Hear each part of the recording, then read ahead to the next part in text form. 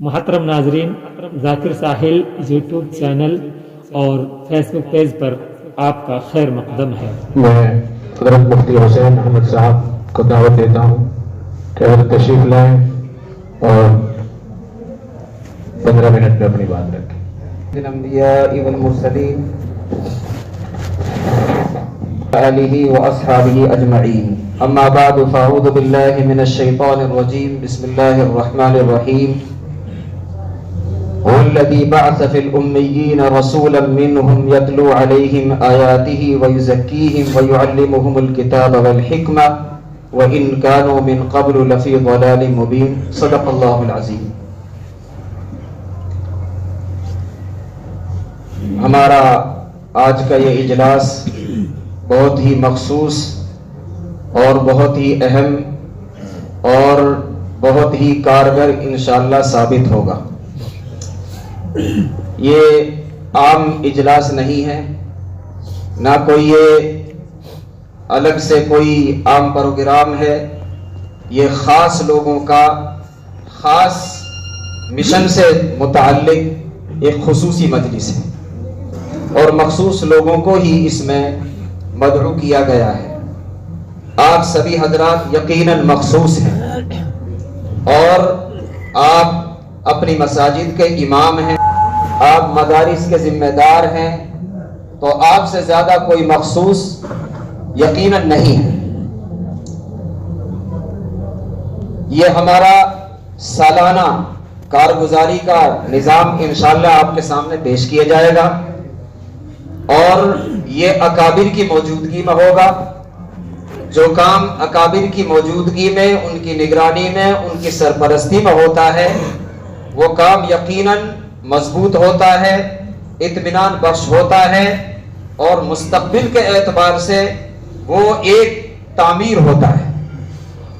ہمارا اب تک کے جتنے بھی اجلاس اور جتنے بھی سالانہ کارگزاریاں ہوئی ہیں وہ ہمارے اکابر کی نگرانی میں، ان کی موجودگی میں ہوئی ہیں، اور جو لوگ خود اپنے طور سے کوئی کام کرتے ہیں، کوئی بھی اونچا عمل کرتے ہیں، یقیناً وہ اچھا عمل ہو سکتا ہے، لیکن اثرات کے اعتبار سے اور طلباء میں، بچوں میں تعلیم اور تربیت کے منتقل ہونے کے اعتبار سے یقیناً خامی کمزوری رہ جاتی ہے۔ اور یہ تجربہ ہے اور یہ نظام ہے اور یہ فطرت بھی ہے۔ ظاہر بات ہے، بچہ ماں کی پرورش نہیں پائے گا تو بچہ کا نظام تعلیم اور نظام تربیت اور نظام زندگی درہم برہم ہو جائے گا۔ ماں اس کو سکھائے گی، ماں اس کو بتائے گی، اور اسی طریقے سے یہ جو بچے ہماری نگرانی میں ہیں، ہم ان کے معلم ہیں، ہم ان کی تربیت بھی کر رہے ہیں، ہم ان کے ماں باپ کا کردار بھی ادا کر رہے ہیں، گویا ہم ان بچوں کو پال بھی رہے ہیں۔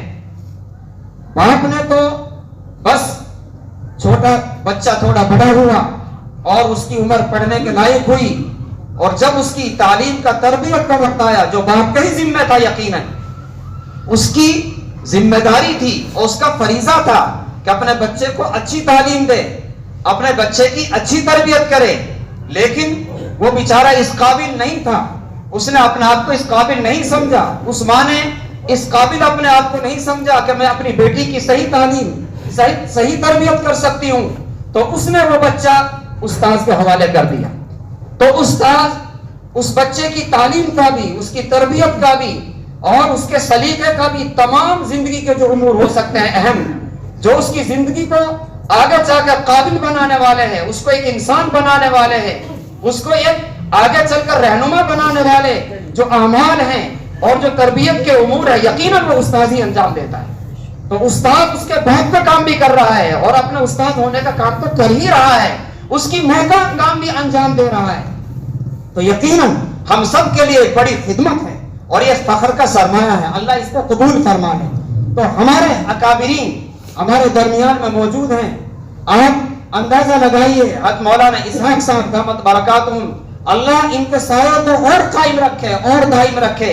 وہ استاد الاساتذہ ہیں، میرے خیال سے میوات میں ان سے زیادہ عمر کا کوئی بڑا عالم نہیں ہے، 100 سے بھی متجاوز عمر ہو رہی ہے اس پیرانہ سالی میں، اور ایسی حالت میں ایسے موسم میں وہ تھوڑی دور چل بھی نہیں سکتے، اتنے معذوری کے باوجود آپ کی مخصوص مجلس میں تعلیم دیکھنے کے لیے، کارگزاری سننے کے لیے، اپنے اساتذہ کی حوصلہ افزائی کرنے کے لیے اور فطری طور سے ان کے سروں پر دست شفقت رکھنے کے لیے تشریف لائے ہیں. ہم ان کا جتنا شکر ادا کریں اتنا کم ہے. اللہ حضرت کو خوب خوب جزائے خیر عطا فرمائے. ان کے علاوہ جو ہمارا اکابرین میں وہ سارے اپنے تعلیمی نظام کو چھوڑ کر، مدارس کے نظام کو چھوڑ کر، دیگر ضروری کاموں کو چھوڑ کر تشریف لائے ہیں. ہم ان کی بھی جو ہے یہاں آمد پر ان کا شکر ادا کرتے ہیں، ان کا استقبال کرتے ہیں. آپ تشریف لائے ہیں، آپ کی یہ ذرہ نوازی ہے. ہم اپنی اس مجلس کی صدارت کے لیے یقیناً اس کا ذمہ دار ہونا چاہیے. ہمارے حلقے کے ذمہ دار بڑے عالم مولانا انوار صاحب، میں اپنی طرف سے سب ساتھیوں کی طرف سے درخواست کرتا ہوں کہ مولانا انوار صاحب ہماری اس مجلس کے انشاءاللہ صدر ہوں گے اور ہمیشہ وہ صدارت فرماتے ہیں. اس مجلس کی بھی انشاءاللہ صدارت وہی فرمائیں گے. اس کے علاوہ ہمارا جو یہ مقصد ہے آپ کو اکٹھا کرنے کا، سالانہ کارگزاری کا کوئی رسم ادا کرنا نہیں. یہ کوئی یہ نہیں ہے کہ آپ آئے، آپ نے کارگزاری دیکھی اور چلے گئے، اور آئے اور پروگرام میں شرکت کی، ناشتہ کیا، کھانا کھایا، آپس میں ملاقاتیں ہوئی. یہ اس کا ہرگز مقصد نہیں ہے. یہ کوئی رسم نہیں ہے جس کو ہم ادا کر رہے ہیں. کوئی یہ ایسی چیز نہیں جس کو ایک رسمی طور سے ادا کر دیا جائے. اس کا ایک مقصد ہے اور یہ ایک اہم ضرورت ہے، اور یہ یقیناً ایک ایسی ضرورت ہے اور ایک ایسا عمل ہے جس کے یقیناً ہم بہت محتاج ہیں، اور اس کی ہمارے اوپر بہت بڑی ذمہ داری ہے. کیوں؟ اس لیے کہ سب سے بڑا قیمتی جو سرمایہ ہے، سب سے قیمتی جو دولت ہمارے پاس ہے، یہ ہمارے بچے ہیں. وہ میرا بچہ ہو، یہ آپ کا بچہ ہو، قوم کا بچہ ہو، کسی کا بچہ ہو، ان پڑھ کا بچہ ہو، کسی عالم کا بچہ ہو، کسی ماسٹر کا بچہ ہو، کسی نادان کا بچہ ہو، یہ سب کے سب بچے جو مسلم قوم کی کوہ سے پناہ لے رہے ہیں، پیدا ہو رہے ہیں، یہ یقیناً سب ہمارے بچے ہیں.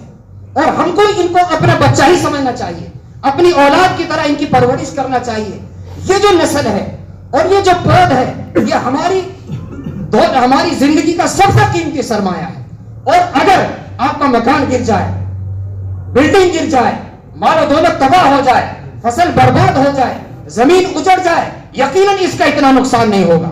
اگر ایک بچہ بھی ہمارے ہاتھ سے نکل گیا، اگر ہمارے محلے کے 4 بچے خراب ہو گئے، ہمارے گاؤں کے اندر بچے جو بالغ ہیں وہ قرآن کی تعلیم سے دور ہو گئے، عقل و شعور ان کے اندر نہیں آیا، ان کی عقائد کی تعلیم نہیں ہوئی، ان کو جو ہے قرآن پاک صحیح پڑھنا نہیں آیا، ان کے اندر سلیقہ نہیں آیا، تو ہم نے گویا کہ اپنی ایک بلڈنگ کو گرا دیا، ہم نے ایک فصل کو تباہ کر دیا. تو یہ جو بچے ہیں یہ یقیناً ہمارے لیے سب سے قیمتی سرمایہ ہے، اور ان کی سرپرستی کے لیے اور ان بچوں کو قابل بنانے کے لیے، ان کو حافظ بنانے کے لیے، ان کو عالم بنانے کے لیے، ان کو مربی بنانے کے لیے، ان کو مبلغ بنانے کے لیے، ان کو مدرس بنانے کے لیے، ماں باپ کی آنکھوں کی ٹھنڈک بنانے کے لیے، اپنے لیے آخرت میں ذخیرہ بنانے کے لیے جو انتخاب ہوا ہے دوستو بزرگ ہمارا ہوا ہے. یہ اللہ کا کتنا بڑا فضل ہے، اس کا کتنا بڑا انعام ہے. آپ اس کا جتنا شکر ادا کریں وہ کم ہی کم ہے. تو اسی تعلیمی اور تربیتی نظام کی کارگزاری پیش کرنے کے لیے، اس کو سننے کے لیے، اس کو سنانے کے لیے ہم یہاں حاضر ہوئے ہیں. اور اس کا مقصد یہ بھی نہیں ہے کہ ایسی کارگزاری آئی بھائی ماشاءاللہ اس علاقے بہت اچھا کام ہے، اتنے بچے، یہ دوستوں یہ مقصد نہیں ہے. آپ بہت سے ایسے ساتھی آئے ہیں جو اس حلقے سے تعلق نہیں رکھتے، ان کی دعوت کا، ان کو بلانے کا مقصد یہ ہے اگر کوئی خامی ہو تو یقیناً آپ ضرور ہم کو بتائیں گے، اور اگر کوئی حوصلہ افزا بات ہے، ایسی چیز ہے جو ہمارے اندر بھی آنی چاہیے، ہمارے حلقے میں بھی ہونی چاہیے، آپ یہاں سے وہ سبق کے طور پر لے کر جائیں، یہاں سے آپ ایک نصیحت کے طور پر اس کو لے کر جائیں، اپنی مکتب کی ترقی کے لیے اس مشن کو آپ یہاں سے لے کر جائیں. اور انشاءاللہ مجھے امید ہے آپ یقیناً یہاں سے خیر لے کر جائیں گے، یقیناً آپ اپنے لیے طاقت لے کر یہاں سے جائیں گے، آپ یہاں سے اپنے لیے حوصلہ لے کر جائیں گے. جو ساتھی نیچے کھڑے ہوئے ہیں وہ تشریف لے آئیں. آپ اتنی دور سے آئے ہیں تو یقیناً جو ہے پروگرام میں شرکت کے لیے آئے ہیں تو آپ تشریف لے آئیں. تو یقیناً آپ یہاں سے ایک بہت بڑی چیز لے کر جائیں گے جو انشاءاللہ آپ کو نفع دے گی. ہمارے اس مشورے سے، ان کارگزاریوں سے، ماہانہ جو مشورہ ہوتا ہے، ای مہدات اکٹھے ہوتے ہیں، بے شمار فوائد ہیں، آپ اس کا اندازہ نہیں لگا سکتے. لباس سے متعلق، اسی طریقے سے بچوں کی مکتب میں حاضری سے متعلق